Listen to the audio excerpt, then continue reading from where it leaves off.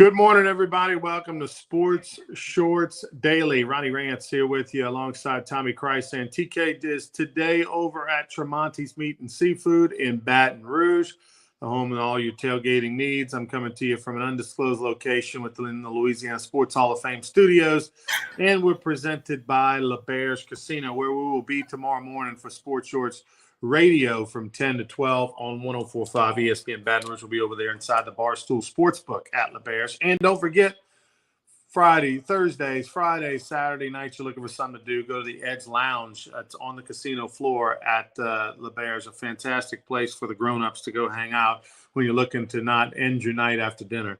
All right, so today, a lot of things. If you need a loan, call Joe Burrow. If you can't make your mortgage payment, if you can't make your car payment, maybe you went through a divorce and your husband's not making his alimony or child support, call Joe Burrow. He's got an extra $275 million on his extension. How about this, TK? Gone are the days of the guarantee in the NFL. Remember, for the longest time, the contracts weren't guaranteed. Well, most of them aren't fully guaranteed.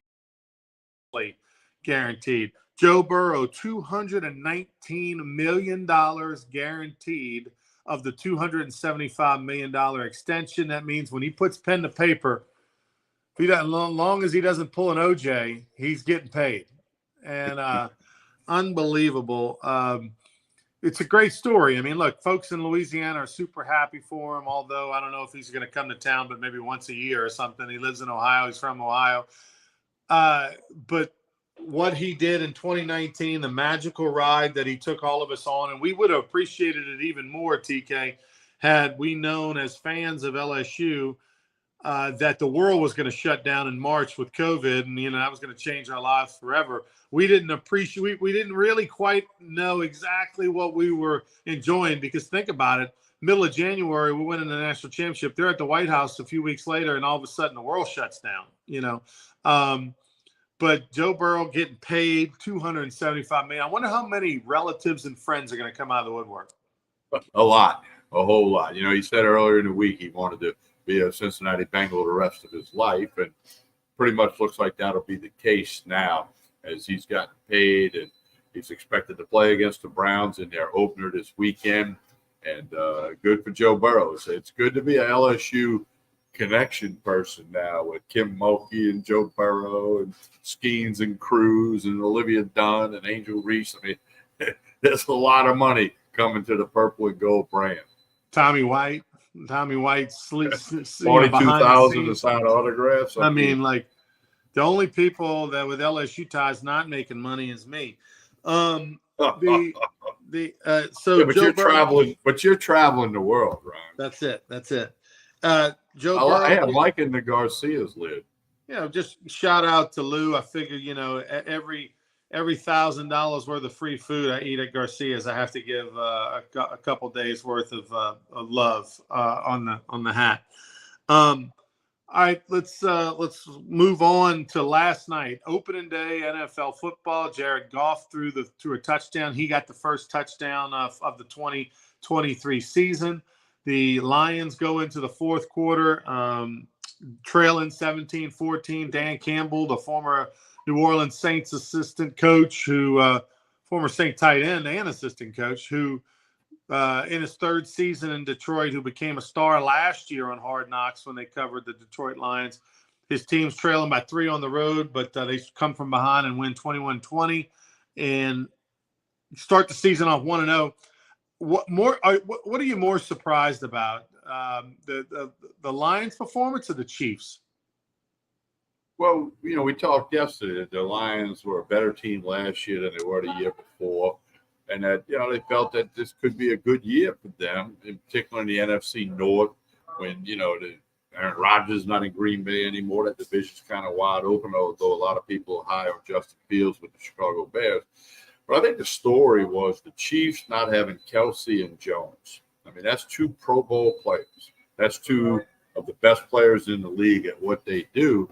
And you didn't have them. And, the old saying that there's a reason guys are starters, there's a reason guys are backup, even though that line might be thin. I think the story was, the Lions winning is the story. knocking off the Super Bowl champs on the road. I mean, that's all big.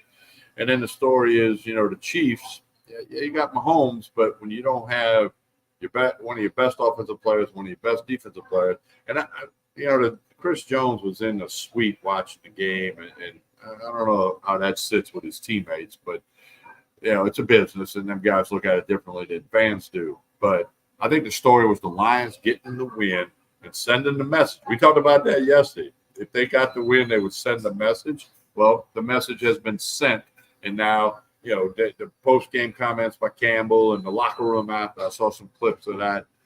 I mean, they got confidence now, and it's gonna be fun to watch them go forward.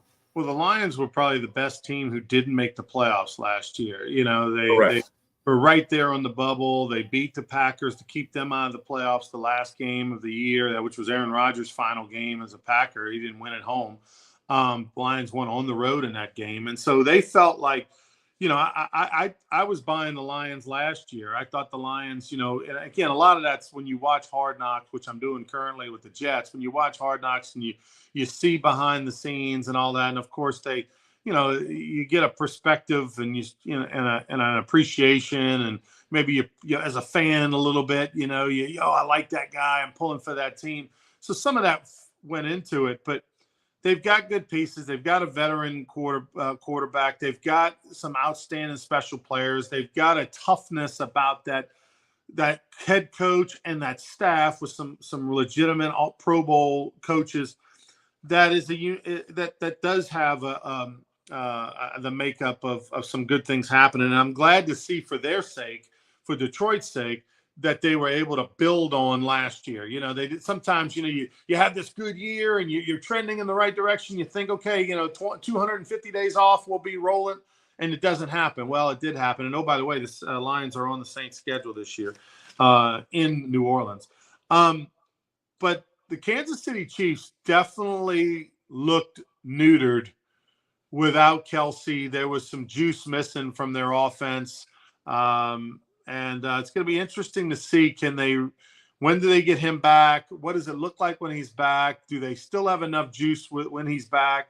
The offense definitely, at home to limp to 20 points was interesting. But I give the Lions credit. They're a real team. They're a good team. And, oh, by the way, we both like the Lions. You put your money where your mouth is. You put the Lions on the money line. So you were able to, plus 200, which is always a good win. But a lot of people jumped on the Lions. That's why that line went down. As soon as they found out Kelce wasn't playing, that line dropped by 1.5 or 2, depending on where you got it. And that meant money was coming in on Detroit. So this was a rare situation where everybody kind of thought this was going to happen, and it did.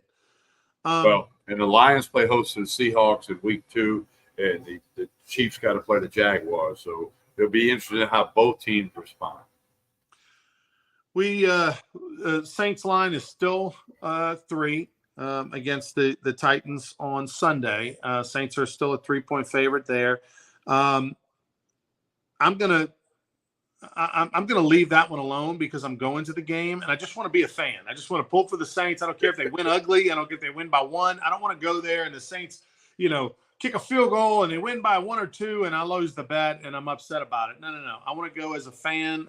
This is going to be a tough game. I think it's an important game because everybody's trending in the right direction, kind of like the Lions. The Saints are the pick to click in the NFC South. They've got the changes. They're by far the best quarterback in that division. Can they put their money where their mouth is against a very salty Tennessee team, with a veteran quarterback? And I just want to go as a fan and pull for them. But I think if you win this game, the crowd's going to home game. All of a sudden, okay, folks are New Orleans Saints fans and their teams are like, okay, we are who we thought we were. And now they can be off and running and get to that 10, 11 wins, which is what it's going to take to make the playoffs. Yeah, it's going to be a big game for the Saints. Want to start the season off with a win at home. I would think the dome would be packed. It should be rocking. And, Derek Carr, it's time to produce, and the rest of the Saints. And I think they're going to win. But I'm like you. I don't know if I'd bet that game. There's too much thought and emotion. And the Titans are a good team. Tannehill at quarterback, they're well coached. I mean, anything can happen in the NFL. Just go ask the Kansas City Chiefs. So, but hopefully the Saints can get off to a good start and get the win. Jimmy Graham, by the way, not going to be charged for that incident a few weeks ago over in California where they found him kind of out in the street. They thought he was under the influence. He got charged originally with they're not going to they dropped the charges basically. And medically they believe what's going on with him, that he had a seizure, he had an issue, and that's why he did what he did. And so at the time it didn't look good. The day after, I thought, all right, this might be the last we've seen of Jimmy Graham, but that's not the case. Saints believed in it, all the medical data backed it up, and there he is now, not going to be charged and going to be a Saint. Yeah, so good for him, and hopefully he can contribute. Maybe he has a couple of catches against the Titans on Sunday. Listen, red zone offense. If you're an LSU fan, you saw issues over in Orlando, right? Jimmy Graham inside that 10-yard line still is the most athletic guy on the field relative to posting up, jumping, throwing the ball high, and having him go get it. So there's a role for him in this offense, no question about it, particularly down in the red zone. A guy who let's move over to college for a minute. No line yet that I've been able to see on LSU Grambling, but the only storyline besides just LSU making its home debut on Saturday, two storylines in my opinion. One, we get a chance to see Mason Smith. Yeah, big number 0 on that defensive line who did not get to play in that first game, and it was a factor. Want to see him back out there, probably disrupting the Grambling offensive line, and looking forward to seeing him. And number 2, what's the actual attendance going to be for this game? Because anywhere on social media, people are dumping tickets, giving them away, selling them for cheap. This is going to be. I mean, what a difference a week makes if LSU takes care of business and beats Florida State, or heck, Tommy just loses on a field goal at the end. Tomorrow has a completely different feel in Baton Rouge. But the fact that they got destroyed in the second half, embarrassed in the second half, folks are kind of irritated. They're not looking forward to going and playing a Grambling opponent still in a warm, September. There's so many people just kind of sitting this one out. Well, my guess, I'm going to make a good guess here. The actual attendance, I think, is going to be in the ballpark of 70,000. What do you think about that?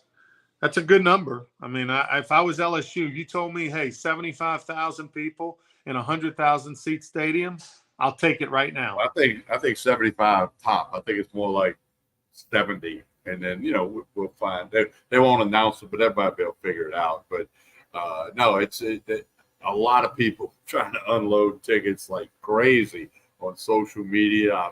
I was speaking to a group of people last night, and there were a lot of people in there trying to give away tickets, not sell them, give them away. I mean, geez. Speaking of tickets, the only way I would, I'm spoiled, Tommy. Being working in the media and having press passes and having so many, good friends of mine with great seats and suites and things like that. Working at LeBear's, Bubba Willis and Kim Ginn and them back in the day, spoiled me with being able to host players in the suites and things like that. This is a suite game, and meaning like the only way I want to go is if I can be in the suites, if I can be in the club, something like that. Well, we've got an opportunity for you with the Louisiana Sports Hall of Fame. This is something we're doing this year as a fundraiser for the Louisiana Sports Hall of Fame. We're raffling off each LSU home game 2 club seats in the West club, meaning like on the side, on the LSU sideline, which is the best club. I mean, this, nothing against the end zone club section, but the West club is the perfect level. It's the best seats in the house. It's sort of all the who's who of Baton Rouge over there, if you will. But we've got a couple of seats in that West club, food and drink included. It's underneath the awning so that if it rains or anything, and you're not going to deal with any weather. It's on the non-sun side, all that, the sun sets behind you. So We're raffling that off as a fundraiser each and every week of an LSU home game. We're going to give away a pair. And so you can actually get tickets. You can buy some raffle tickets right now at lasportshall.com. lasportshall.com. We're going to close the raffle today at at noon today, and then we'll give away the tickets on air live at 12:30. We'll announce the winner. So go to lasportshall.com. Get your raffle tickets. Follow us all on social media and stuff on Louisiana Sports Hall of Fame on Facebook or Twitter or Instagram, whatever. But we'll announce the winner at 12:30. Who's going to win the pair of Grambling club seats for tomorrow night? That's the only way I want to go to this game, TK, is to be able to eat, drink, sit in some AC if I want, sit outside if I want, whatever the case may be. And it all goes to a good cause. It's a 501c3 LA Sports Hall, Louisiana Sports Hall of Fame Foundation. So get your raffle tickets now and each and every week of an LSU home game. That's pretty cool.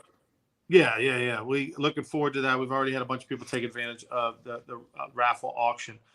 Tulane, 7.5. The line has gone up. That means money's coming in on Ole Miss. They started off. Tulane was a plus 6.5. Then it went to 7. Now it's 7.5. Is that about what you expected?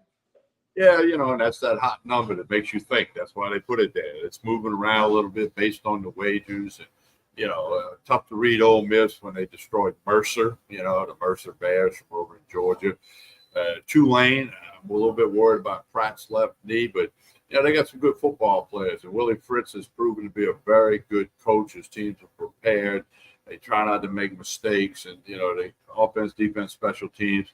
It's going to be worth watching. I look forward to watching Ole Miss and Tulane. 2:30 game on Saturday afternoon, and we're going to check that one out. I'm kind of leaning to Ole Miss on my podcast. I did go with Ole Miss on the Talking Sports with TK podcast with Anthony Gallo. I went with the Ole Miss Rebels, so I think Ole Miss will find a way to get it done. By the way, I'm taking Tulane. You and I can both be on both opposite sides. I'll take that 7.5. Thank you for the hook. Didn't even have to buy it. And I'll take that Tulane plus 7.5. Let's see if this is the magical carpet ride season that we think it could be. If we said this a couple of weeks ago, if Tulane does beat Ole Miss tomorrow, they got a shot at going undefeated. This is the toughest game on their schedule. The defending conference champs. I mean, they got the kind of schedule, and I know going undefeated is very difficult to do. I don't care who you are. It's very difficult to do. But if they can get by Ole Miss, they could have a special season for the Green Wave. Yeah, they had one yet last year, knocking off Southern Cal in the Cotton Bowl, and they can have a chance to potentially follow it up with another one. And even if they lose to Ole Miss, if they run the table and go 11-1, they're going to find themselves in a big time bowl. By the way, little news: Germany knocked off the United States in basketball in the semifinals over in the World Championships, the FIBA World Championships. Oh, I'm so glad you told me that. By 2. Liz, it's unfortunate. It's just the way of the world with all the money that's out there. It's unfortunate that Olympics and world championships and all that don't mean as much to the professional basketball players of America. I understand why. I mean, you're making millions of dollars. Obviously, your team doesn't want you to go do anything to jeopardize that. They don't want you to go snow skiing. They don't want you to go water skiing. They don't want you to go do jumping jacks outside of anything that's under their jurisdiction. But United States sent over a team of guys that you need the roster to, even though they're good players, they're just not they didn't send over top 20 guys. And, but still, you would think that would still be enough. It just goes to show you how the world has caught up. And the United States got stunned, got beat by Germany. So no gold medal coming back to the United States. Basketball it's kind of like, the NBA is kind of like golf. Them last couple of guys in the NBA can flat out play basketball. Okay. Just like, the guy ranked, 82nd on the PGA Tour, he can play golf, blow your mind if you played 18 holes with him. So, you would think they would still win, but international basketball has risen in the last couple of decades, to a significant level. And then, of course, a lot of that is filtered into the NBA, but no gold medal, like you said. Couple of things, 2 picks that we'll give you. We'll give you more picks tomorrow. Hunter McCann and I and Tom will give you more picks tomorrow on Sports Church Radio, which will be 10 to noon on 104.5 live from LeBare's Casino in the Barstool Sportsbook. I do like Colorado. That line is going down. You get a little value there. Don't have to buy the hook there either. -2.5 are the Buffaloes over Nebraska at home. I like Colorado, and I like Tulane getting 7.5. Those are the two that I like. TK, you and I on the same page with Colorado? Yeah, I'm going to take Colorado and lay the 2.5 all day, and I'm going to be on the other side. I'm going to take Ole Miss and lay the 7.5. One last little piece of news, and it's a big piece of news. You mentioned golf a minute ago. Well, there's a golf league. It's called the TGL, the Golf League, that is going to start in January. A primetime, made-for-TV sort of league here that's going to take place. Still a lot we don't know, but what we do know is it's endorsed by Tiger Woods. It's his company's creation. Rory McIlroy is involved. We know many, many others are going to be involved. But give us what you know about the golf league. I know we'll learn more before January, but this is pretty exciting, man. This is kind of going the way of pickleball that Drew Brees is a owner of, and Tom Brady and all these others. Well, it's going to start in January. There's going to be a state-of-the-art stadium golf, prime time on a Monday night. There's an option for NBC TV to be involved, and they got a ton of money. Steve Cohen, the owner of the Mets, just bought a team franchise. You got Boston, you got Los Angeles, Chicago. And when you look at leagues that have tried to start, first question is, how much money do they have? How deep are their pockets? This case, the TGL, there's a lot of money involved. How deep are the pockets? They're very deep. Mind-boggling, deeper than you and I can imagine. So that gives it a chance to survive right there. Then TV. Then nothing's been said yet, but I'm sure you can be able to bet on it. And that's, I posted something the other day. They expect 73 million people to bet on the NFL this year. Last year, they estimated that 50 million people bet on the NFL. I didn't mean $50 million. I said 50 million people. So that's a whole lot more money. So that's going up by 50%. So maybe the TGL is saying, hey, you can bet whether Boston beats LA. You can bet whether Koepka's team beats Scheffler's team or whatever. I mean, it's kind of like the stars are lining up. But I think the key is they got so much money involved that they're going to make this, a top-of-the-line thing. And then do the fans, do the spectators, do they respond? So it's going to be interesting. I think as you said, we're going to learn more in the coming months, and you and I will certainly keep an eye on it because it's very intriguing as to what it exactly will be. And they might be holding that back on purpose to try to build the excitement a little bit. Well, and then they're going to have a stadium. They're going to build like a stadium. And again, things I don't know is there 1 hole? Is it 2 holes? Is it 3 holes? Is it 18 holes? What does build a stadium look like? I imagine it's not going to be 18 holes. But it's going to be we believe, a stadium venue where the teams go to that stadium to play golf and do things at one central location. But who the heck knows? I just know primetime golf, Tiger Woods, Monday Night Football. And when Monday Night Football is over with, you're going to go Monday Night Golf. Yeah, I'll take that. I mean, there's only so much Bachelor and so much Vanderpump Rules I can watch. My guess is, Ryan, but this is a pure TK guess. 3 holes, a par 3, a par 4, and a par 5. And have some type of, risky par 3, then maybe, either a par 4 that you can either drive or lay up, and then a par 5 where you can make, anywhere from a 3 to an 8 on the hole. So that's a guess. I've not read that. That's just the old brain thinking.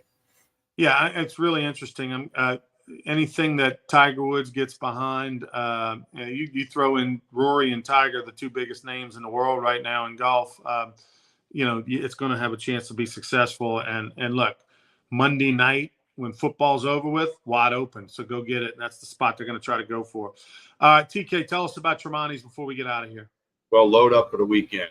All your tailgating, your partying, going to people's house, having people come over, the whiskey, the wine, the chicken, the seafood, the steaks, the sausage. They got it all at Tremonti's. Party platters. They can put together a fried fish platter for you, meat pies. I mean, you name it. Just go to Tremonti's.com, or better yet, stop by on Jefferson Highway in Baton Rouge. Tremonti's.com. Come get some lunch today and then load up for the weekend. That's what you can do at Tremonti's.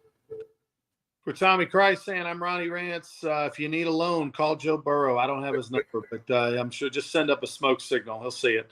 We'll be back tomorrow morning for Sports Shorts Radio from 10 to noon on 104.5 ESPN Baton Rouge. You can download the 104.5 ESPN app on your phone. Listen to it anywhere in the world.